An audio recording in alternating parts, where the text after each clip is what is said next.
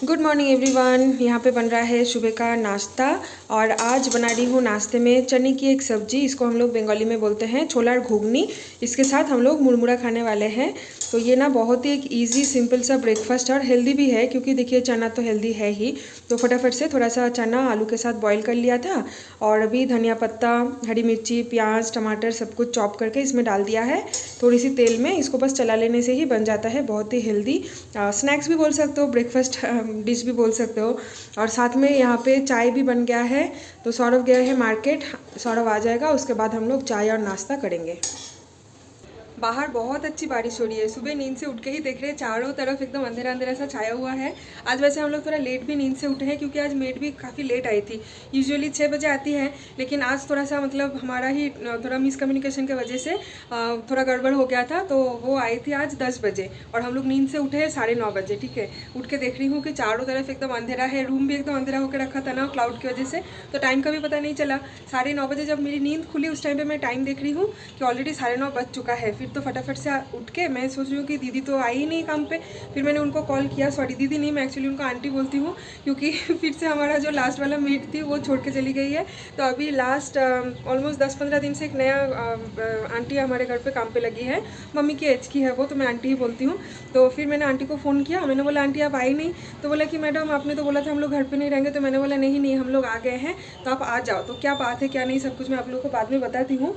तो फिर सौरभ तो चला गया, तो उसके बाद फटाफट से मार्केट, क्योंकि संडे का दिन है तो घर पे थोड़ा सा अच्छा खासा तो कुछ बनेगा ही। अगर मार्केट जाने में लेट हो जाएगा फिर तो सारी चीज़ों में ही लेट हो जाएगा। बट चलो ठीक है, उठने में ही जब लेट हो गया और फिर क्या ही जल्दी जल्दी करूँ।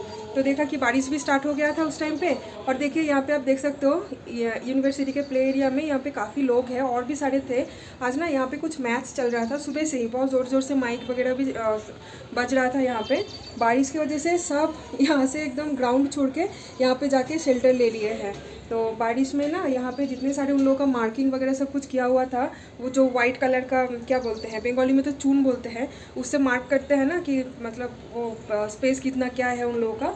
तो वो सब बारिश की वजह से धुल गया और लोग यहाँ पे अभी खड़े हो गए हैं। वैसे बारिश अभी थोड़ी सी हल्की हो गई है, जब फिर से बारिश एकदम से रुक जाएगी फिर वो लोग आ जाएंगे फिर से मैदान में। तो चलिए अभी मैं चलती हूँ किचन में। ब्रेकफास्ट हमारा हो गया है, सौरभ आ गया था मार्केट से, उसके बाद हम लोगों ने ब्रेकफास्ट ख़त्म कर लिया और अभी किचन में मैं आ गई हूँ। तो खाना बनाने का तैयारी कर रही हूँ। तो चलिए दिखाते हैं कि आज हमारे घर पे संडे स्पेशल, वो भी बारिश के दिन में क्या बन रहा है, मतलब रेनी डे स्पेशल क्या बन रहा है आज हमारे घर पे। ये देखिए सौरभ लेके आ गया है मार्केट से मटन। इस चीज़ के लिए ही उसको आज बहुत ही सुबह सुबह मार्केट जाने का प्लान था, लेकिन उठने में ही लेट हो गया। तो एनीवेज वो जिस टाइम पे गया था मार्केट उस टाइम पे भी उसको मटन मिल ही गया था। तो यहाँ पे कुछ 1 किलो के आसपास मटन है और this is my favourite mutton leg piece. Chicken का हो या मटन का लेग पीस मुझे बहुत अच्छा लगता है। तो सौरभ ना इसको ऐसे हमेशा होल ही लेके आता है, पापा भी ऐसे ही लेके आता था। तो पापा से ही सौरभ ने सीख लिया मटन का लेग पीस और चिकन का लेग पीस ना ऐसे बड़ा साइज़ का लेके आता है, क्योंकि चिकन का हो या मटन का हो लेग पीस ही मैं सिर्फ खाती हूँ, थोड़ा सा लीवर खाती हूँ, दैट्स इट। और बाकी के पीसेस में इतना ज़्यादा खाती नहीं हूँ, मेरा लेग पीस से ही पूरा चावल मैं खा सकती हूँ। और मटन लीवर भी लेके आया है, ये देखिए इतना सारा। मैंने उसको बोला था कि थोड़ा लेके आना, लेकिन मुझे पसंद है इसलिए वो ढेर सारा लेके आ गया है। तो लीवर को मैंने अलग से रखी है। ये ना सोच रही हूँ रात के टाइम पर थोड़ा सा लीवर फ्राई बनाऊँगी, बहुत अच्छा लगता है। और मटन में डालूँगी आलू। यहाँ पे बड़े बड़े साइज़ के आलू मैंने काट लिया है। एक्चुअली ये मटन ना मैं एकदम बना के रख दूँगी, लंच और डिनर दोनों टाइम का ही हो जाएगा। और प्याज देखिए गाइस, सौरभ मार्केट से लेके आया है एक प्याज इतना बड़ा, आप सोच सकते हो, ये देखिए इतना बड़ा प्याज है। तो ये एक प्याज से ही 1 किलो मटन बन जाएगा, मुझे ऐसा लग रहा है। कैमरा में कितना पता चल रहा है आई डोंट नो, बट प्याज काफ़ी बड़ा है, बहुत ही बड़ा। और इस बार ना हर एक प्याज ही इतना बड़ा बड़ा वो लेके आया है। आज लंच मैं ही बनाऊंगी, क्योंकि सौरभ बेबी का टेक केयर कर रहा है। आज बारिश है ना, तो जिस वजह से मैंने सौरभ को बोला है कि आज उसको नहलाओ मत, थोड़ा सा ऐसे ही स्पंज करके उसको ड्रेस वगैरह चेंज कर दो और थोड़ा क्रीम व्रीम लगा दो तो चलेगा। यूजुअली बहुत ज़्यादा जब गर्मी पड़ रही थी ना बीच में, तो हम लोग उसको डेली नहला रहे थे। और स्टार्टिंग में मतलब शुरू के 1 मंथ जब वो बहुत ही छोटी थी उस टाइम पे हम लोग अल्टरनेट डेज में उसको नहलाते थे। एक दिन नहलाते थे, दूसरे दिन स्पंज कर देते थे। लेकिन उसके बाद जब वो 2 मंथ्स की हो गई थी ना, उस टाइम से इतना ज़्यादा गर्मी भी पड़ गई थी, तो हमने डॉक्टर को पूछ के उसको डेली पूरा अच्छे से बाथ देना स्टार्ट कर दिया था और वीकली एक बार करके बॉडी वॉश मतलब शैम्पू पे अप्लाई करते हैं, बाकी दिन नॉर्मल कोकोनट ऑयल से ही मसाज करके उसको हम लोग नहलाते हैं। तो आज का तो ईजी है उसको सब कुछ रेडी करना, फ्रेशन अप करना। तो मैंने सौरभ को बोला कि तुम उसको वो सब कुछ कर दो, मैं आज कुकिंग कर लेती हूँ, क्योंकि मटन ना सौरभ मेरे हाथ का बहुत पसंद करता है और सौरभ ने आज तक मटन हार्डली 2-3 बार ही बनाया था, तो पता नहीं कि कितना अच्छा बनेगा क्या नहीं, क्योंकि चिकन वो अच्छा खासा बना लेता है लेकिन मटन का थोड़ा सा डाउट है, तो मटन मैं ही बनाऊंगी। तो चलिए यहाँ पे मैंने ऑलरेडी प्रिपरेशन स्टार्ट भी कर दिया है, अभी फटाफट से बनाते हैं। ये देखिए यहाँ पे चल रहा है पापा बेटू का टाइम। तो उसको यहाँ पे अच्छे से बॉडी स्पंज करके सौरभ ने फ्रेश कपड़ा पहना दिया है, लोशन भी लगा दिया है पूरे बॉडी में, फेस में और अभी बिंदी लगा रही है। वाह वाह वाह, किमित्ती किमित्ती किमित्ती किमित्ती लागছে। बिंदी लगाने के टाइम पे ही ना मामा इतना ज़्यादा क्रैंकी हो जाती है, उसको पसंद ही नहीं है बिंदी लगाना, लेकिन इतना क्यूट लगता है ना तो हम लोग उसको थोड़ा सा बिंदी लगा ही देते हैं। बाप रे इतना प्यार तुम लोगों का। तो देखिए यहाँ पे वो एकदम से फ्रेशन अप हो गई है। मामा गुड मॉर्निंग बोल दो। Good morning. Good morning. छे हाय छे हाय हाय। वो इतना हंसना सीखी है ना, कुछ भी बात में इतना ज़्यादा वो हंसती है। बाय द वे तुमने उसका टॉप के मैचिंग पैंट क्यों नहीं पहनाया? ये तो दूसरा पैंट है। सब चलता है घर पे। और आप लोग को एक चीज़ दिखाते हैं, ये देखिए कल उसको लगी है वैक्सीन, वो भी दोनों पैर में ही, यहाँ पे एक है और ये देखिए दिखा दो, ये वाला पैर में एक है। तो कल तो उसको थोड़ी सी फीवर आई थी, बहुत ही हल्की फुल्की सी रात के टाइम पे, तो हमने कैल्पॉल दे दिया था। डॉक्टर ने बोला था कि सुबह भी अगर फीवर रहती है तो फिर कैल्पॉल देना, अदरवाइज़ नहीं चाहिए। तो सुबह से तो फीवर आज है नहीं तो कैल्पॉल भी नहीं दिया। कल तो थोड़ा बहुत पैर में दर्द था, आज पैर में भी दर्द नहीं है, तो वो तो बिंदास हाथ पैर चला रही है एकदम। Mumma are you fine today? Are you fine today? Yes. हिचकी आ गई है उसको। तो ये भी आज और एक रीज़न है उसको फुल बाथ ना देने का, क्योंकि कल ही वैक्सीन हुई है ना तो हल्की सी फीवर थी। आज भी उसको अगर बाथ दे देते बारिश के दिन में तो फिर शायद दिक्कत हो सकता था। तो ठीक है चलो अभी तुम थोड़ा सा बेड वेड क्लीन कर लो। आज एक्चुअली सुबह नींद से उठ के हमारा बेड क्लीन करना ही नहीं हुआ, बेड का बहुत गंदा हालत है, बेड कवर वगैरह भी चेंज करना है। कर लो ठीक है, मैं चलती हूँ किचन में। Mumma bye bye bye, see you soon. Say bye. Lunch मेरा ऑलमोस्ट खत्म होने को है, तो यहाँ पे कुकर में मैंने मटन डाल दिया है। पहले तो कढ़ाई में अच्छे से चला लिया है, जिसको बंगाली में बोलते हैं मांसो कौशनो।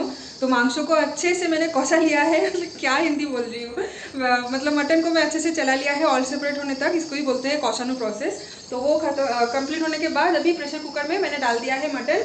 2 या 3 सीटी आ जाएगा लो फ्लेम में तो पक के रेडी हो जाएगा। और यहाँ पे चावल भी मैंने चढ़ा दिया है, चावल भी ऑलमोस्ट होने का ही है। तो अभी मैं आप लोगों को बताती हूँ कि एग्जैक्टली क्या हुआ है। मैं आप लोगों को बोल रही थी ना कि कुछ मिसकम्युनिकेशन हो गया था, जिस वजह से मेड आज सुबह काम पे ही नहीं आई थी।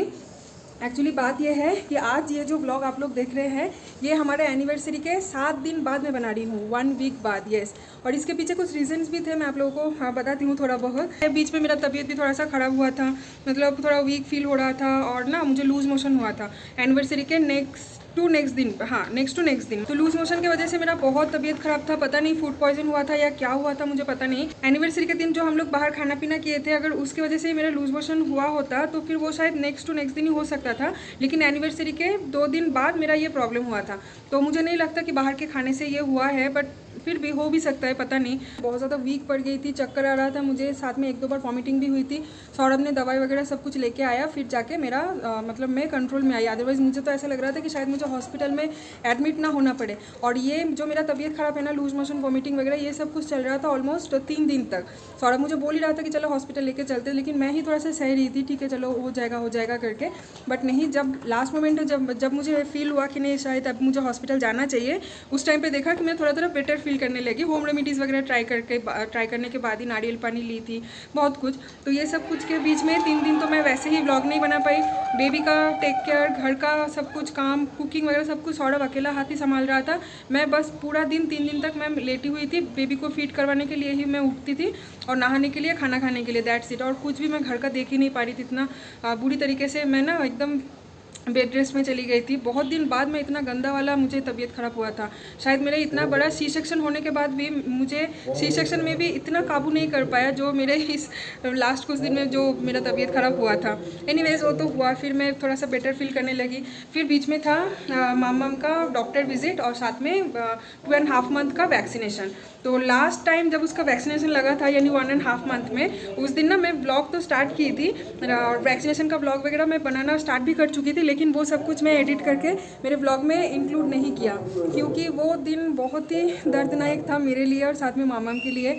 मतलब मुझे तो ऐसा लगता है कि इस दुनिया में अगर कोई एक दिन ऐसा टफ होता है वो शायद मतलब बच्चे का जो वैक्सीनेशन का दिन होता है ना वो। आई नो कि आजकल तो मेडिकल साइंस काफ़ी आगे बढ़ चुका है, तो बहुत टाइप के वैक्सीन आते हैं। पेनलेस वैक्सीन आता है, पेनफुल वैक्सीन जो कि पहले लगता था वो वाला भी अभी भी अवेलेबल है, बट डॉक्टर ने हमें सजेस्ट किया था कि पेनलेस वैक्सीन डालने के लिए, जिसका कॉस्ट भी काफ़ी ज़्यादा है। 8500 के आसपास वो वाला वैक्सीन का कॉस्ट है। तो हमने सोचा कि ठीक है चलो पेन नहीं होगा वही वाला वैक्सीन दे देते, इतना महंगा वाला 8500 वाला वैक्सीन यानी पेनलेस वैक्सीन हम लोगों ने बेबी को दे दिया था उस टाइम पे। लेकिन वहाँ पे वैक्सीन जैसे ही डाला ना, डॉक्टर ने दोनों पैर में इंजेक्शन डाला, इंजेक्शन देते ही वो इतना रो रही थी, उसको चुप कराना ही मुश्किल हो रहा था।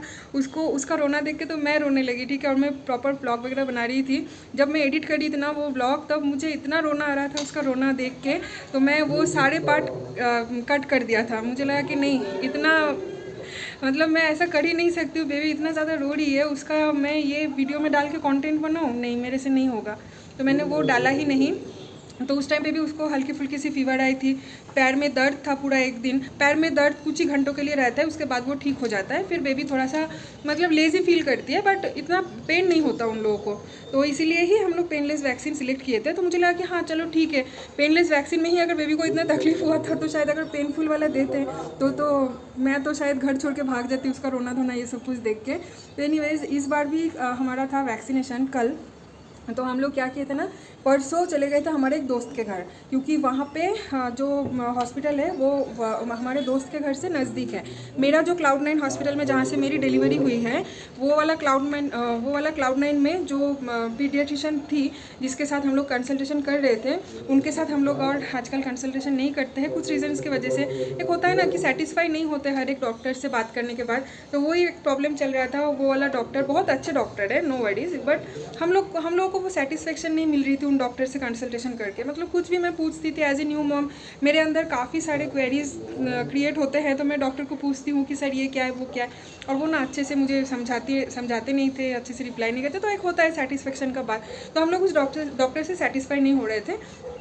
तो हमें हमारे दोस्त ने रेफ़र किया था एक नया डॉक्टर के पास, वो भी Cloud9 का ही डॉक्टर है लेकिन दूसरे ब्रांच का है, तो वो हमारे घर से बहुत दूर पड़ता है। तो हम लोगों ने एक बार उनसे कंसल्ट किया और इतना अच्छा लगा, इतना हम लोग मतलब अच्छे फील कर रहे थे कि अब से हम लोग कुछ भी प्रॉब्लम होता है ना तो उस डॉक्टर से ही हम लोग कॉन्टैक्ट करते हैं। और वो हमारे घर से है बहुत दूर, ऑलमोस्ट 1.5 घंटे का रास्ता है।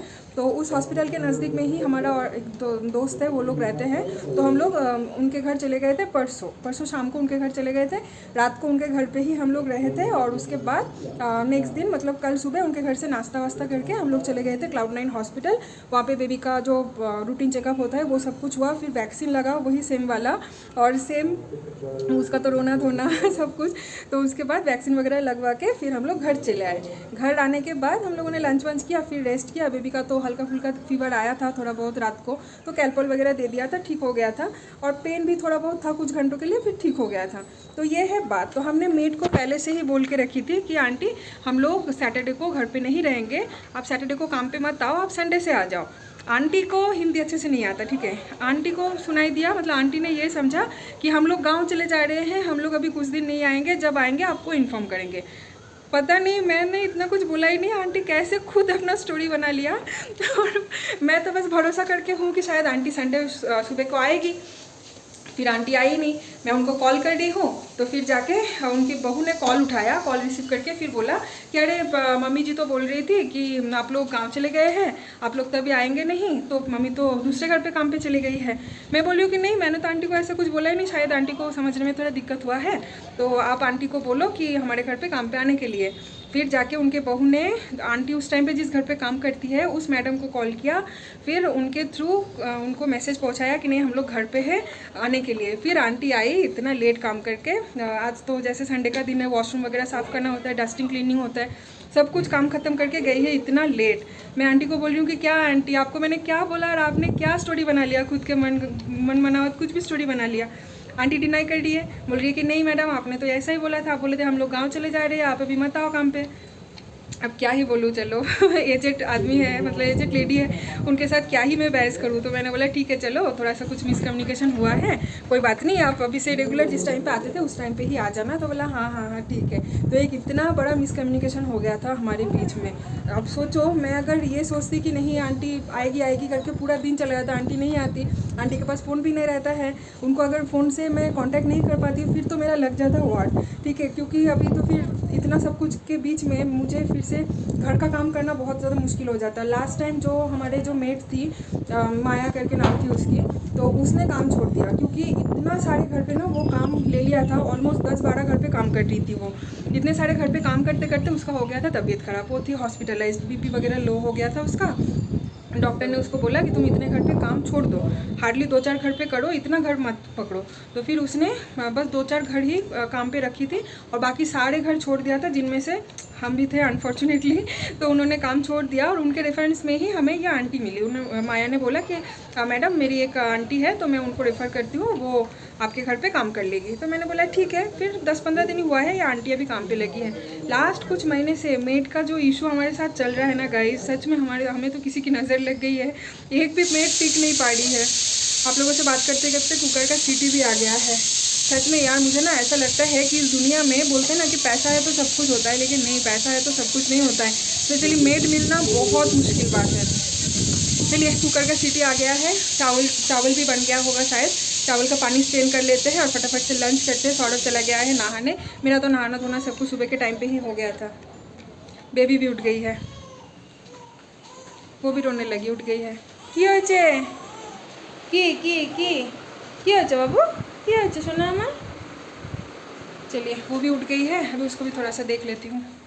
तो ये रहा मटन करी, ये देखिए एकदम सिंपल सा पतला सा बंगाली स्टाइल आलू डाल के मटन करी यहाँ पे मैंने बना लिया है। और कढ़ाई में ना थोड़ा सा गरम मसाला डाल के इसको दोबारा और एक बार गर्म कर लिया है, क्योंकि ठंडा हो गया था। लंच बनने के ऑलमोस्ट 1 घंटा बाद अभी हम लोग खाना खाने के लिए बैठ रहे हैं। तो यहाँ पे सर्व तो मैंने कर लिया है, ये है मेरी थाली और ये है सौरभ का। यहाँ पे सौरभ ने थोड़ा सा सैलड भी बना लिया है। सो वेदर तो इतना अच्छा है ही, एकदम संडे परफेक्ट वेदर यहाँ पे बन गया है। इस वेदर में क्या मन होता है पता है? ऐसा मन होता है कि एक लॉन्ग ड्राइव पे निकल जाए, लेकिन नहीं। पहले हम लोग ये दुस्साहसिकता दिखाते थे जब हम लोग दोनों अकेले थे ना, उस टाइम पे थोड़ा सा बारिश वगैरह होता था ना, आंधी वगैरह आती थी, तो हम लोग ड्राइव पे निकल जाते थे। इनफैक्ट स्कूटी लेके हम लोग राइड पे भी काफ़ी बार निकल चुके हैं। स्कूटी में बारिश में भीगने का जो मज़ा है ना गाइस, फिर थोड़ा सा आइसक्रीम खाना भीगे हुए कपड़े में, हा, मतलब मुझे ना वो सारे दिन रिकॉल हो रहे हैं कि काश वो दिन फिर से हम लोग हमारे लाइफ में पा लेते। बट नहीं, काफ़ी एंजॉय कर लिया है हम लोगों ने बेबी प्लानिंग के पहले। तो इन सारी चीज़ों को और मिस नहीं करती हूँ, लेकिन रिकॉल करती हूँ कभी कभी, अच्छा लगता है। तो आज का वेदर बिल्कुल वैसा है। देखिए ये जो हाई राइज बिल्डिंग है ना, क्लाउड की वजह से एकदम से हेजी हो गया है ना, ये देखिए क्लियर आ ही नहीं रहा है, बहुत क्लाउड छाई हुए, बिल्कुल ना क्लाउड ऐसे करके जा रहे हैं। मैं खुद अपने आंखों से देख पा रही हूँ, लेकिन वो कैमरे में इतना कैप्चर नहीं हो पा रहा है। और बारिश की वजह से तो चारों तरफ ग्रीन ग्रीन ग्रीन ग्रीन हो गया है। तो एनीवेज चलिए, अभी गर्मा गर्म चावल साथ में मटन वगैरह सब कुछ खाना वाना कंप्लीट करने के बाद अभी टाइम है थोड़ा सा रेस्ट लेने का, क्योंकि नींद तो आजकल कंप्लीट होती नहीं है। तो वीकेंड्स में हम लोग ट्राई करते हैं कि थोड़ी देर सो के अगर नींद कंप्लीट हो पाए तो वो हमारे लिए अच्छा है। बॉडी ना एकदम से रिकवर हो जाती है पूरे हफ्ते का जो नींद कंप्लीट नहीं होती है। सौरभ का तो नाइट शिफ्ट है, उसका भी नींद कंप्लीट नहीं होती और मुझे तो बेबी को लेकर नींद कंप्लीट नहीं होती। तो वीकेंड में जब हम दोनों ही फ्री रहते हैं, घर पे रहते हैं, तो उस टाइम पे हम दोनों मिलके ऑल्टरनेट करके सब कुछ मतलब मैनेज कर लेते हैं और थोड़ी थोड़ी हम दोनों ही रेस्ट ले लेते हैं। तो बाहर निकलने का तो कुछ सीन है नहीं। वैसे भी हम लोग परसों बाहर गए थे दोस्त के घर, तो उस टाइम पे हम लोग काफ़ी इधर उधर घूम फिरे हैं, काफ़ी एंजॉय भी किए हैं। तो आज और बाहर जाने का कुछ प्लान है भी नहीं। तो चलिए इस ब्लॉग को भी एंड करते हैं और मिलते हैं आप लोगों से कल और एक फ्रेश नए ब्लॉग के साथ। Till then do like, comment, share and subscribe to my channel. Bye bye, take care.